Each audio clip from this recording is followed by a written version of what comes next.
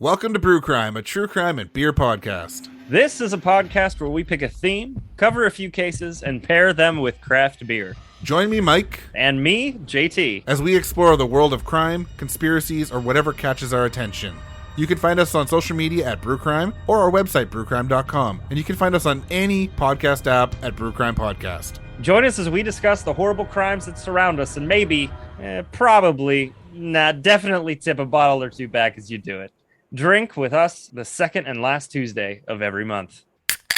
Hello, everyone. As always, I'm your host, Paige, and this is Reverie True Crime.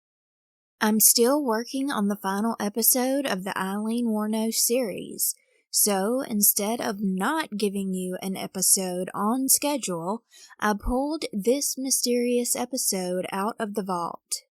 I put together this episode for Mike Morford's podcast, Beyond Bizarre True Crime. You should definitely check it out if you have not. Every week, a different true crime host tells a bizarre true crime story. This is the one I chose to dive into. I think you'll be intrigued, and I'd love to know your thoughts about this unsolved mystery. This is the mysterious case of the Circleville, Ohio letters. In the 1970s, receiving letters in the mail was an everyday occurrence. Snail mail from family and friends was as common as emails and social media DMs are today. Although, for Circleville, Ohio residents, checking the mailbox became an unnerving task in 1976 when they began receiving ominous letters. Think about how violating it must feel for an anonymous person to send letters to your home, the place you feel the safest, threatening you and exposing your deepest, darkest secrets to everyone around you. Many people of Circleville were receiving letters, but one alleged love affair became the main spectacle. Circleville, Ohio's population is still fairly small, housing around 14,000 people. Back in the summer of 1976, with the population being even smaller, you can imagine the chitter-chatter of gossip, such as what Bill and Betty down the street were going through financially, and what Jane and Jim Bob did over the weekend. The typical everybody knows everybody and their business type of small town, but things are usually whispered about in the living room, not going out of one's way to embarrass the other person. Certainly not mailing out letters to the residents of your town to openly shame your neighbor. One or multiple people began writing and mailing out letters to everyone in Circleville, revealing some of the residents' juiciest secrets. Beyond putting everyone's closeted skeletons out on display, the letters were also sinister, sexual, and filled with threats that struck fear into the ones who received them. Everyone was being watched. The mystery author was sending these handwritten letters from 25 miles away, up north in Columbus, Ohio, with no return address, only the postmark. Gordon Massey seemed to have this picture-perfect cookie-cutter life. He was a married man with a teenage son, and he was doing very well at his job as a school superintendent. On March 3rd, 1977, Gordon made the usual drive to Westville High School. He thought that day would be like any other. He retrieved his mail, and when he opened one of the envelopes, inside was a piece of paper with writing that was all uppercase, and the text was blockish.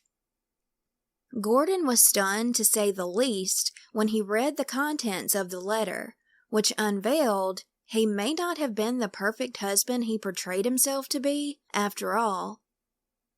Dear Sir, according to my girlfriend, you have asked her to go out many times, and you've asked the other female bus drivers too. This must stop at once for the good of the school and families. If they're not stopped, I will be forced to write the school board, and I would hate to do that. I suggest you find yourself a pimple-faced whore and start up with her, and leave my girls alone. The writer accused Gordon of not being faithful to his wife, and that he possibly used his status at the school to sleep around with the women who were employed there, particularly bus drivers. The mysterious and menacing mail kept coming. The author was harassing Gordon, telling him they would cut his brakes and slash his tires if he didn't stop sleeping with these women while his wife thought he was a faithful husband. Gordon refused to take these messages seriously. The author sent a 4-page letter to the school board, alleging that Gordon was sexually harassing co-workers and, quote, picks on the weaker ones constantly. The unknown sender told the board to fire Gordon and finished the letter with a warning. I sure hope he does not upset my girl for his sake. On the same day, another letter appeared at Westville High School. The sender claimed to be on the prowl daily, keeping track of Gordon, and included the names of the bus drivers the author claimed to see Gordon seducing. The allegations were simply that, allegations, and Gordon was able to keep his job. The letter writer came up with a new plan, and on March 18th, a letter came in the mail to Westville High School's vice principal. The sender warned that they would be sending proof that Gordon was having an affair with one of the bus drivers, that bus driver being Mary Gillespie. I want to protect your school. It has a good reputation. You should keep it like that. I shall send you proof about driver number 62917. She has a child in school there now. I shall prove this shortly. I expect him to then be discharged. You'll see that I am telling the truth. Mary Gillespie had already been a target of the secret sender before that letter came to the vice principal.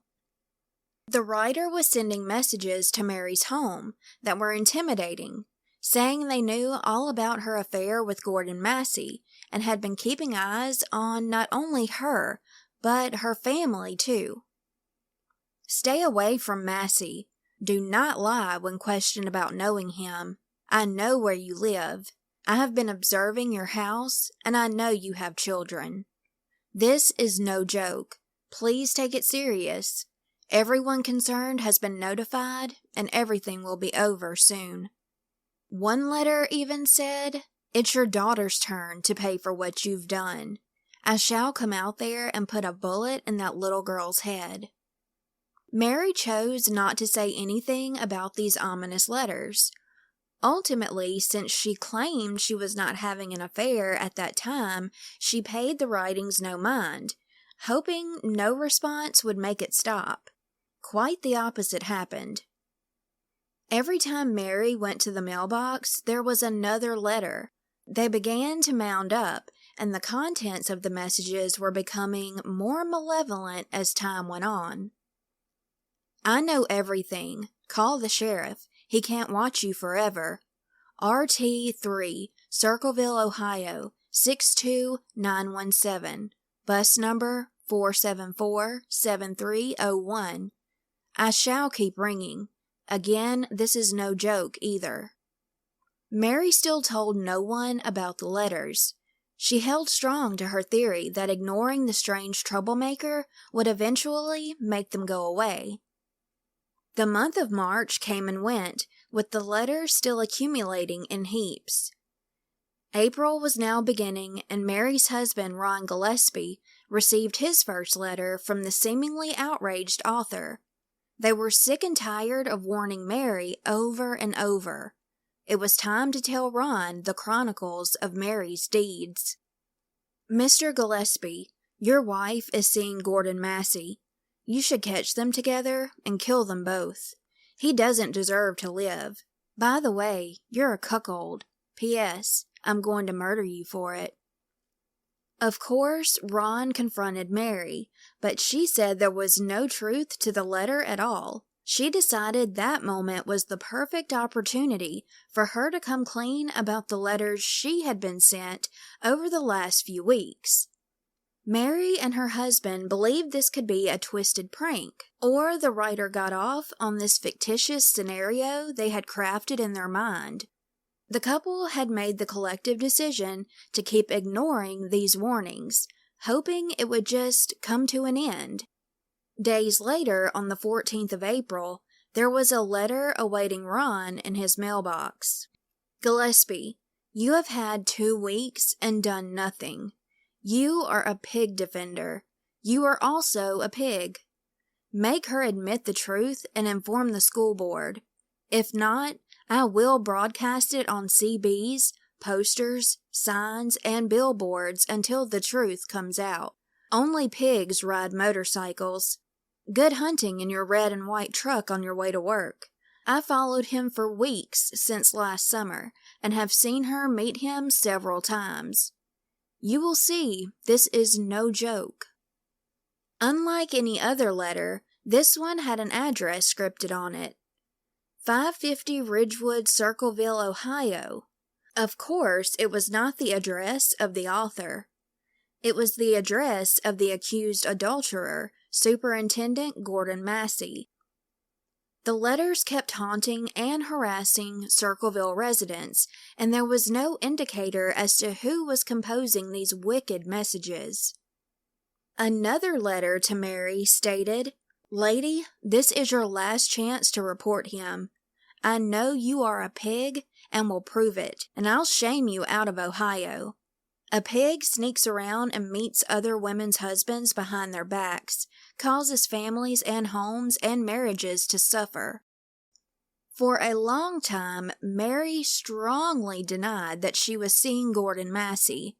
The sheriff even told news outlets Mary's narrative over and over again. In a turn of events, she eventually confessed that she was having an affair with Gordon. What is baffling to many people is that Mary said the affair began after she received the letters. If that's true, it leaves many to wonder why someone would make such a strange choice. Her life and her family's lives were being threatened. Why would she and Gordon begin this adulterous relationship after being bombarded with these hostile letters? Let's stick a pin in that. I'll get into a few theories later in the episode. Ron and Mary went over the letters with Ron's sister Karen and her husband Paul Freshour. They all sat down and discussed who they thought the sender could possibly be. The name David Longberry came up. He was a bus driver and friend of Mary's who made advances towards her a year prior. Since Mary turned him down, things were a little awkward between the two. Maybe David was disgruntled about the situation, jealous that Mary chose to form a relationship with Gordon instead. The 4 of them were sure David was guilty of being the writer. They hatched a plan in an attempt to intimidate him so he would stop. Letters began to show up in David Longberry's mailbox, warning him that if he didn't stop his shenanigans and harassment, the police would be notified. Paul said they only sent 4 or 5 letters, and there were no violent threats made at all. Weeks went by, and the Gillespies didn't receive any strange letters. They thought it was over. They thought they could get on with their lives. Ron was driving home from work, as he always did, but this time was different. He saw something on the side of the road that made the hairs on the back of his neck stand on end. It was a sign that accused Gordon Massey of doing something atrocious. The writing on the sign alleged that Gordon was raping Mary and Ron's 12-year-old little girl, Tracy. Ron hopped out of his truck immediately, forcefully extracting the sign from the ground. Though it did not stop with this one single sign. Multiple signs were appearing throughout Circleville, mainly on the roads of Mary's bus routes. The whispers about this vile rumor became deafening. Ron's brother-in-law, Paul, said, quote, Ron was devastated and distraught. He didn't get much sleep during that period in his life.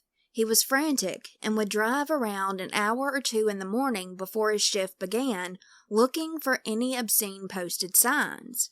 Ron worked really hard to figure out what it was really all about and to have the problem solved. End quote. All summer long, Ron was busy yanking up these nasty signs until he finally had enough. Needing to remove herself from Circleville for a while, Mary and her sister-in-law made their way to Florida for a much-needed vacation. Ron and 12-year-old Tracy held down the fort while Mary was away. On August 19th, the Gillespie's phone began to ring, and Ron answered. This phone call clearly was riling him up, and it made him really upset. Tracy heard her father yelling at the person on the other end of the line.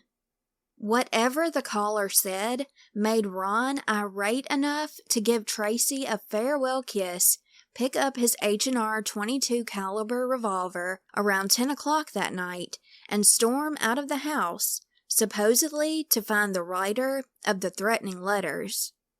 Slamming the door of his 1971 Ford truck, he took off into the night, determined.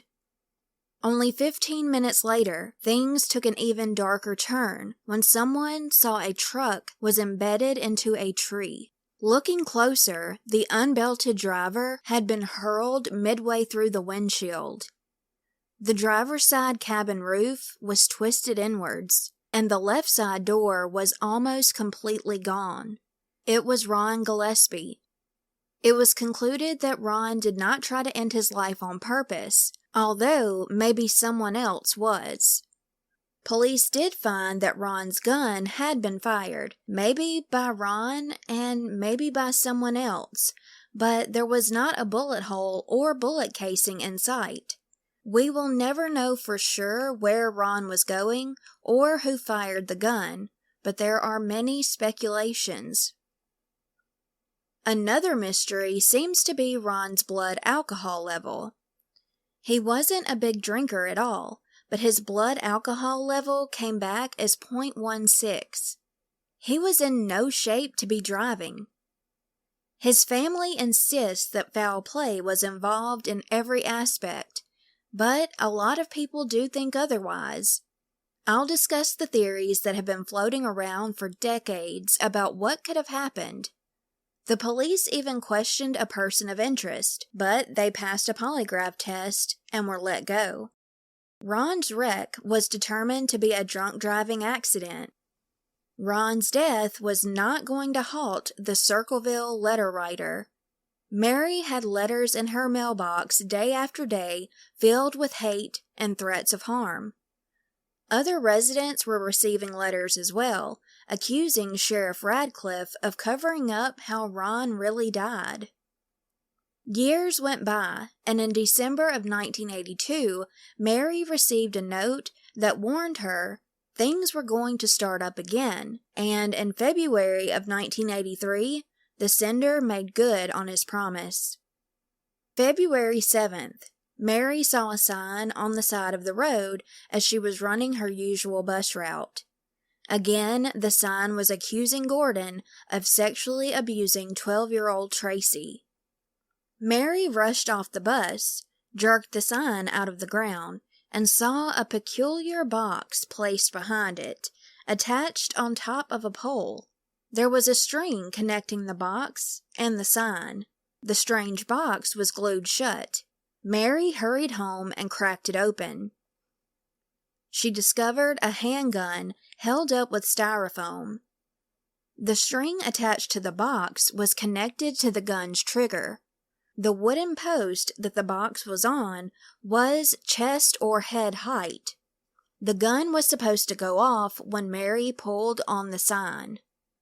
She swiftly took the firearm to the police, who checked the serial number. Someone tried to file the numbers away, but they didn't do a good job. Police were able to trace it to the gun owner, Paul Freshour. At that point, Ron and Mary's own brother-in-law seemed like he might be the biggest suspect in this wicked series of events. Mary spoke to the police about how she and Ron were not awfully close to Paul. They were friendly, but not tight-knit. At the time, Paul was working in Columbus, where the letters were being mailed from. He certainly could have sent the letters easily. It was confusing as to what his motive could possibly be. Why would he want to kill the Gillespie family? Why would he be concerned about an affair if he wasn't even close to Ron and Mary? Was his past traumatic enough to turn him into a callous killer? In 1968, Paul was a prison guard at the Ohio State Pen. A riot broke out, and inmates held him hostage along with a few other guards for 30 hours. Those hours seemed like an eternity. The inmates were making threats to cut the guards' heads off and burn them alive. This impacted Paul's mental health for years after, but he was never violent towards anyone. Paul was questioned by the police. He didn't deny that the gun was his, saying it had been stolen a long time ago. Paul said that he didn't worry about it, chalking it up as a loss. Coincidentally, or perhaps not, the day the booby trap was set, likely the same day it was found, Paul had in fact taken the day off work. However, he did have an alibi for the majority of the day. Still curious, the police asked Paul to do a little writing for them. On February 25th, Paul complied, although the way the police set it up was odd. You'd think they'd ask Paul to simply write things and compare it to the letters. How it actually unfolded was, the police let Paul look at the letters and instructed him to copy the block letters as closely as he could to compare. That doesn't seem like usual or smart protocol. Paul copied the letters, making them look almost the exact same, as he was told. This was used against Paul to take him into custody and charge him with attempted murder with a bond set at $50,000. Circleville was very vocal about how wrong they felt it was for the police to ask Paul to perform the writing test in that manner. Their loud disapproval fell on deaf ears. Paul said, quote, he would give me an actual letter and ask me maybe to do the envelope part just as near as I could to the envelope. And then, on some, he would take the actual letter out and have me do them as near as I could on the letters. And I did them, because I knew I wasn't responsible for the letters. End quote. Paul went to the Southwest Mental Health Facility and planned to plead not guilty at his trial by reason of insanity. For whatever reason, he changed his mind and only pleaded not guilty. During the trial, various handwriting experts took the stand. They allegedly testified that 494 of the letters matched Paul's handwriting from written documents they collected from his job. Only 39 of those letters were evidence in court.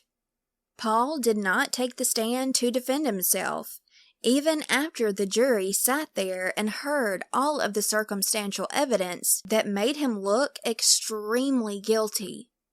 His defense attorneys did not do him any favors either, which led Paul to being declared guilty by the jury, and he got slapped with a 25-year maximum sentence. Since Paul, the alleged author and sender of the Circleville letters, was now locked away, naturally everyone thought they could go to their mailboxes with no worries of hostile letters being stashed inside. They were wrong. There were more letters than ever before being sent all over southern Ohio, still postmarked from Columbus in the mid to late 80s from the secret sender. Paul was behind bars in Lima, Ohio. Even so, authorities prohibited Paul from sending out mail in hopes that would solve the problem. As you have probably guessed, it did not. Mail was not only being sent to people's houses, but to schools, newspapers, and other shops and businesses. Some of the envelopes contained arsenic. Was this a copycat attempting to strike fear into everyone? Did Paul get someone to send the letters? Was the writer someone else entirely? The warden at the prison stated it was absolutely impossible for Paul to be the writer of these letters. There was no way he could have. He was in solitary confinement, still banned from sending mail. The letters were now aimed towards city officials, teachers, but mostly began focusing on prosecutor Roger Klein. Not just any prosecutor, but the same one who succeeded in putting Paul away. The writer claimed that Roger was sleeping with a teacher, and as a result, she was soon with child. The sender alleged Roger had her killed and helped cover up the crime. The person even said they would take it farther, warning that they would provide the proof by exhuming the bones of the baby. When looking into those allegations, something else abysmal was revealed by the author of the letters. Investigating the accusations of the writer, authorities did find Pickaway County's coroner, Ray Carroll, guilty for sexual child abuse. In December of 1993, he was charged with 12 counts. Some of the charges were for gross immorality, sex crimes, corruption of a minor, pornography, obscenity, and indecent exposure. Paul found out that his wife Karen was having an affair, and eventually they divorced. Their children were put fully in Paul's custody. Karen had to move out of their house, and Mary let her move into a trailer in their backyard. In 1990, it was Paul's chance to be paroled, but his case was thrown out since the mail was still circulating and the town was still being terrorized. The authorities still blamed it all on Paul, even though the guards even said he wasn't sending mail. Shortly after, Paul was on the receiving end of snide letters, heckling him for not being a free man. Now, when are you going to believe you are not getting out of there? I told you 2 years ago, when we set 'em up, they stay set up. Do you listen at all? No one wants you out. No one. The joke is on you. Ha ha. Tell no one of this letter. I saw the paper. Great news. Great. The sheriff loved it. Ha ha. Do you believe it now? Do ya? Later, journalist Michael Yant found something especially important that was left out of Paul's trial as he looked over the sheriff's investigative file. Quote, Mary Gillespie told the sheriff one of the other bus drivers told her that she had been driving that same road about 20 minutes before Mary Gillespie found that booby trap at exactly that site. And when she went by that very same intersection, there was a yellow El Camino parked there. A large man with sandy hair was standing there. When he saw her come, he turned around and acted like he was going to the bathroom or something, but seemed also to be avoiding any kind of identification. The description of the individual does not fit Paul Freshour at all, and Paul had a very solid alibi for this time. There was no attempt at all to follow up on that lead, and if they had, they would have found that another possible suspect in this case had a brother who had a yellow El Camino.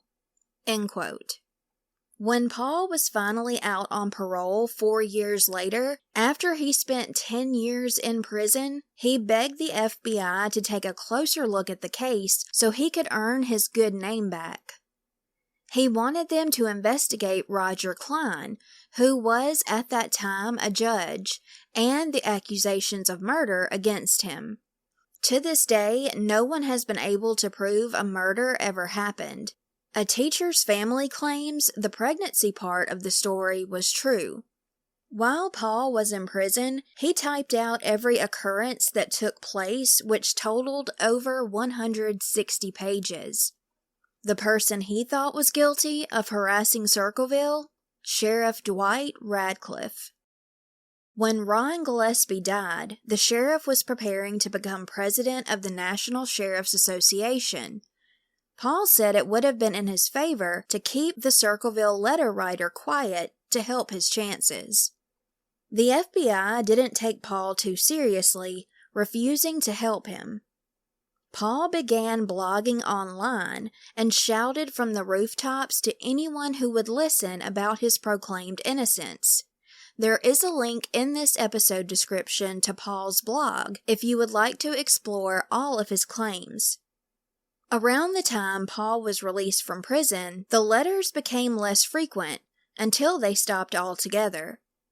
Around this time is also when Unsolved Mysteries and journalist Michael Yant, who had been studying the case for 30 years, got involved.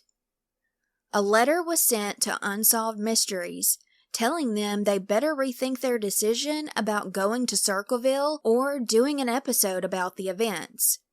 After the show aired, the writer never sent another letter, and the people of Circleville could finally check their mailboxes without being apprehensive. The Circleville writer is still an enigma to this day, but there are many theories and suspects that have been debated for many years. After this segment, I'll talk about the newest development in the case. First, we have Paul's ex-wife, Karen Freshour. Paul, who passed away in 2012, went to his grave proclaiming his innocence and believed his ex-wife, Ron's sister Karen, set him up. After they separated, she expressed to Mary that she believed Paul was the Circleville writer. She alleged she had found letters stashed around their house, some being ripped up and one in the toilet. She swore that one of the letters had the name Gillespie scrawled on it.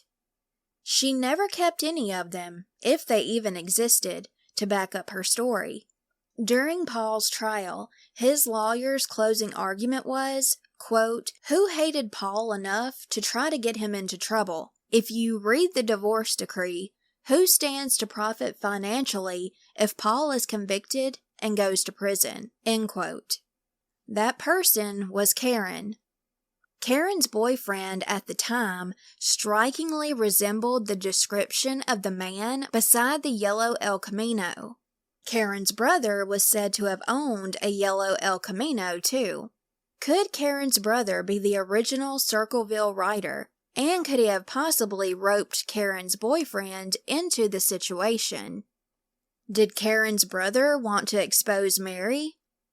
Why was the witness statement about the El Camino left out of trial?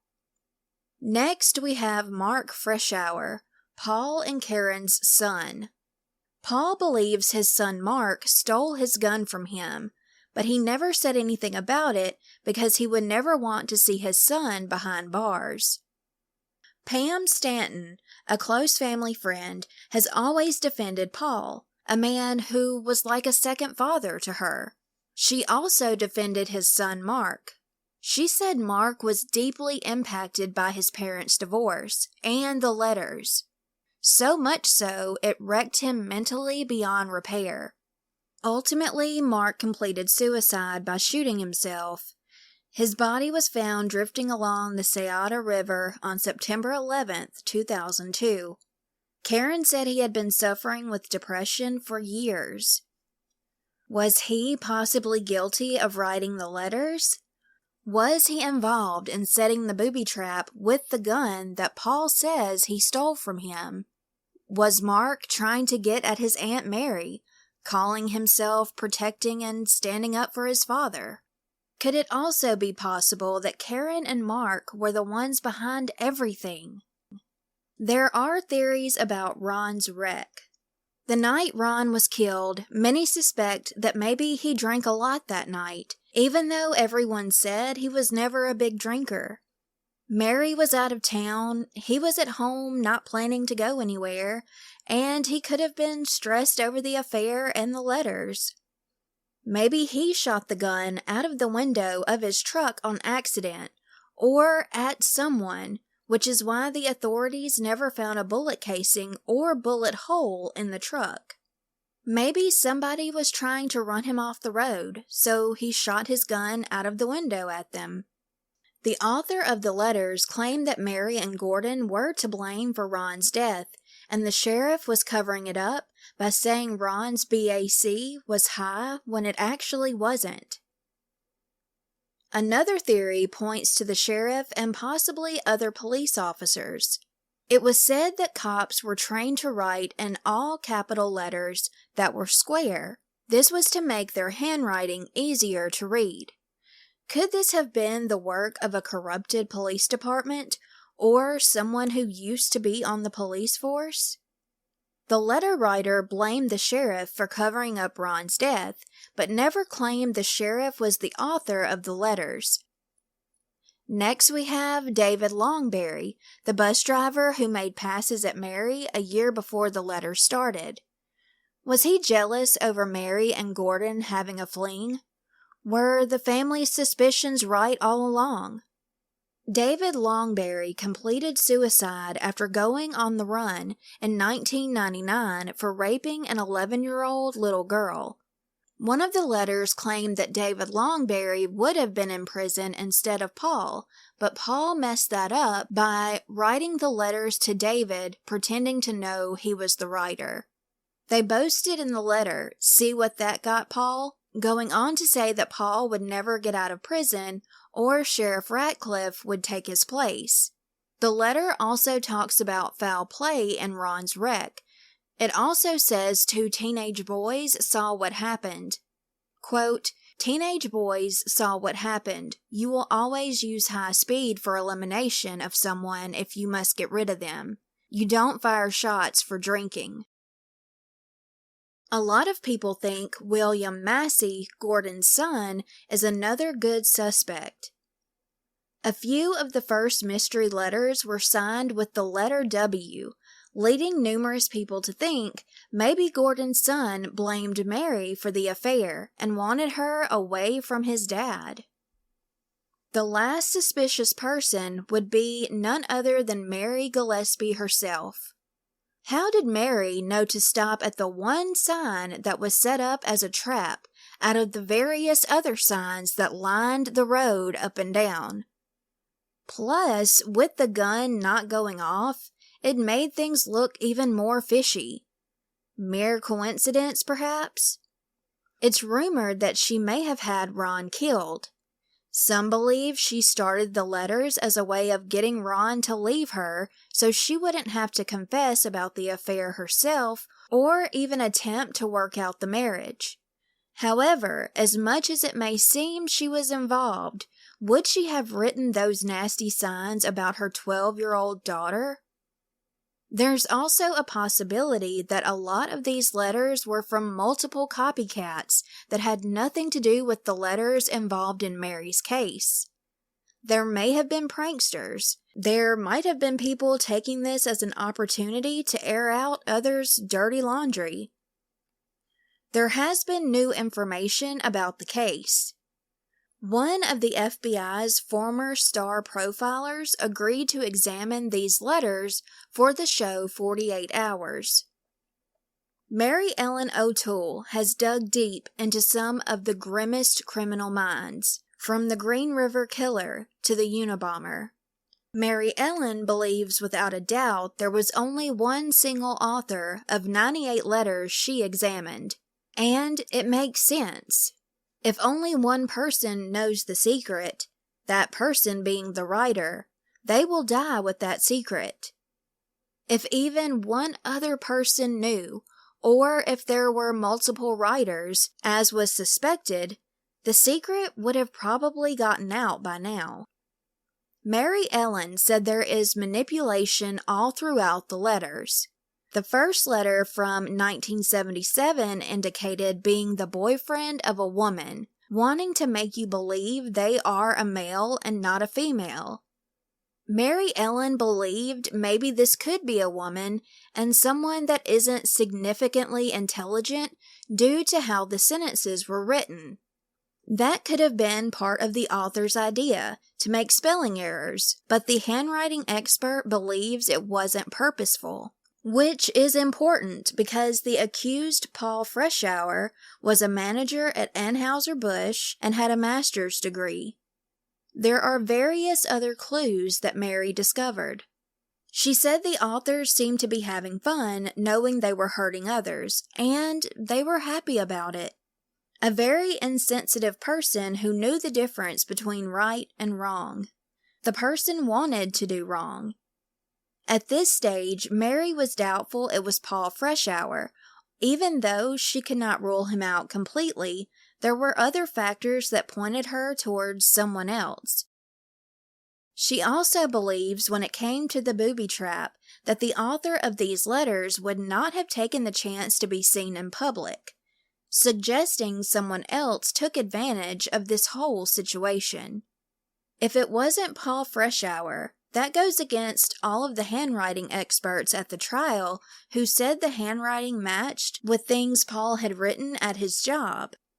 48 Hours called on Beverly East, a forensic document expert, for her own evaluation. Beverly said she did not want to know what the story was or anything about any of the people involved, because none of it mattered when it boiled down to the evidence. By the writing alone, she says she is 100% sure she knows who wrote these letters. Beverly thoroughly examined letters that Paul wrote to a friend. One thing unusual, his G's are written in a way that were almost like the number 6. She analyzed 49 of the letters ranging from 1977 to the 1990s. That peculiar-looking G came up a lot in the letters and in Paul's own handwriting. Not only that, but a zip code he wrote on an envelope matched 3s and 2s of zip codes on the malicious letters envelopes. He writes them with a strange curlicue on the bottom. I'll have these pictures on my Twitter and Instagram for you to take a look at as well. Beverly says numbers don't lie.